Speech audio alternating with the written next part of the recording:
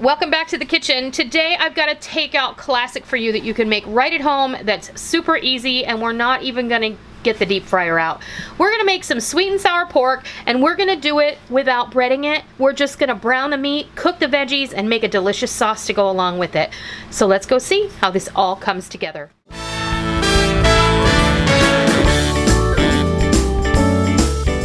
We're gonna make a no deep frying necessary sweet and sour pork.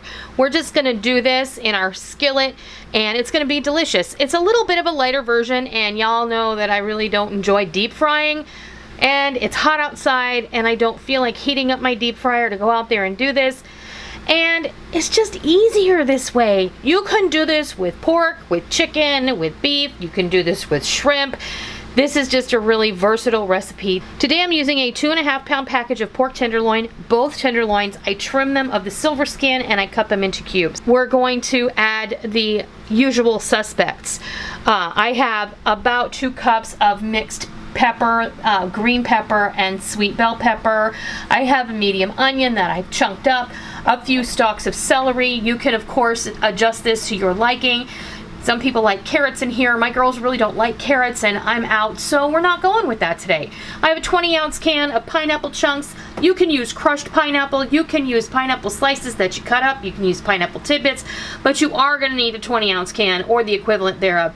I have drained the juice from that same can, which rendered about a cup of juice, and we're also going to use a 1.5 cups of water, and this is going to be the base for our sauce, which is going to include a 1/2 cup of ketchup, about a 1/2 cup. It's a little less, about 1/3 cup of soy sauce, and then we're also going to need some minced garlic, some grated ginger. This is the ginger out of a tube I keep in my fridge.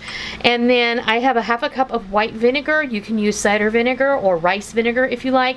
A cup of sugar. You can adjust this up or down to suit your taste. The original recipe that I had used in the past calls for 1.25 cups, so I've reduced that amount of sugar, and I'm sure we won't even miss it. We're going to need a 1/4 cup of cornstarch to thicken everything up, and 2 tablespoons of vegetable oil to just start all of the meat and the veggies with. Alright, I went ahead and heated up my oil. There we go. We're going to get all of our meat. Just give this a good toss, get it coated.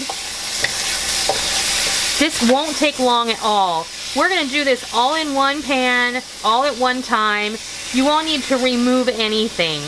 And I'm going to toss all of our veggies in here. Our onions, our peppers, celery, and like I said, you can adjust this to suit your taste.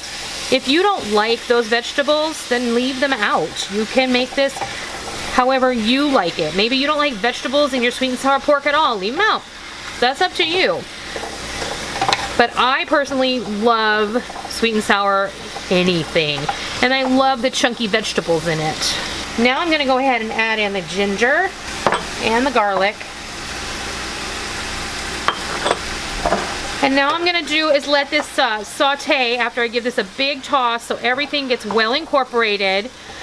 I am going to give this a big toss. I'm going to put the lid on it for a few minutes, and when this meat looks like it's good and opaque, then I'm going to come back and we're going to start building the sauce. Oh, it smells so good already. Alright, we've got our meat and our veggies where they are. Now if you want to sear off your meat first and get it nice and brown, be my guest. I wanted to get this done in quick order, so that's what I did. You can sear off your meat and get it nice and brown, then throw in your veggies and just kind of let them stir fry to a tender crisp for about 3 to 5 minutes. Not a problem. Now, I'm going to go ahead and we're going to start building our sauce. My pan is at a sizzle, not a simmer. And my meat is cooked all the way through. I did test it. So I'm going to go ahead, I'm going to pour the water, and I'm going to grab a spatula, and we're just going to start adding all of our ingredients.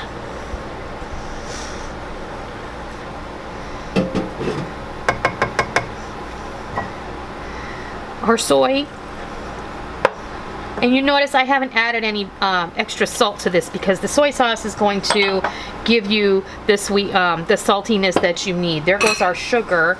I'm gonna go ahead and give this a stir real quick. This is one of Rick's favorite. He loves my sweet and sour sauce. Anytime I make like sweet and sour chicken or sweet and sour shrimp, this is a family favorite, really. Okay, now I have my pineapple juice. I'm gonna pour that into this larger container, and I'm gonna add my cornstarch to it, and I'm just gonna make a slurry. And I'm gonna add my slurry in. That's our pineapple juice and our cornstarch. And over medium-high heat, this will just start to thicken.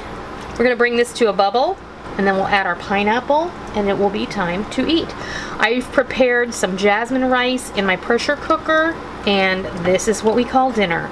This is just so much easier. I mean, don't get me wrong. I love the deep fried kind of sweet and sour anything.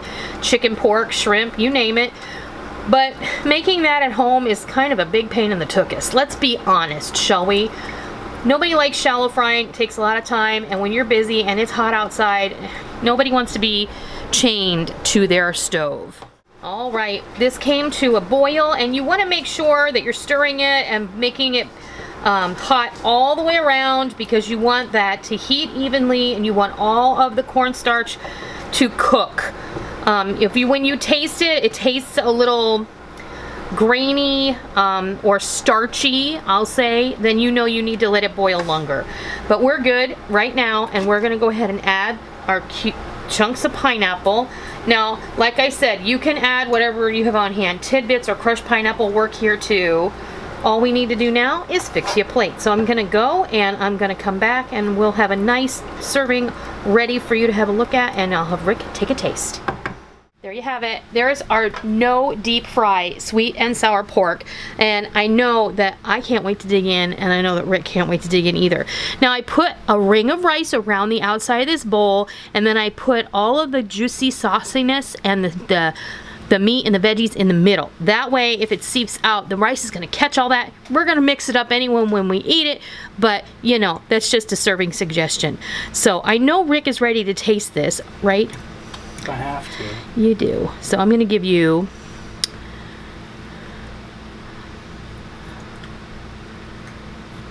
some rice, a piece of meat, and a pepper.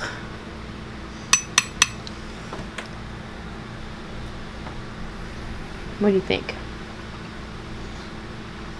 That's delicious. There you have it. He really loves this, really.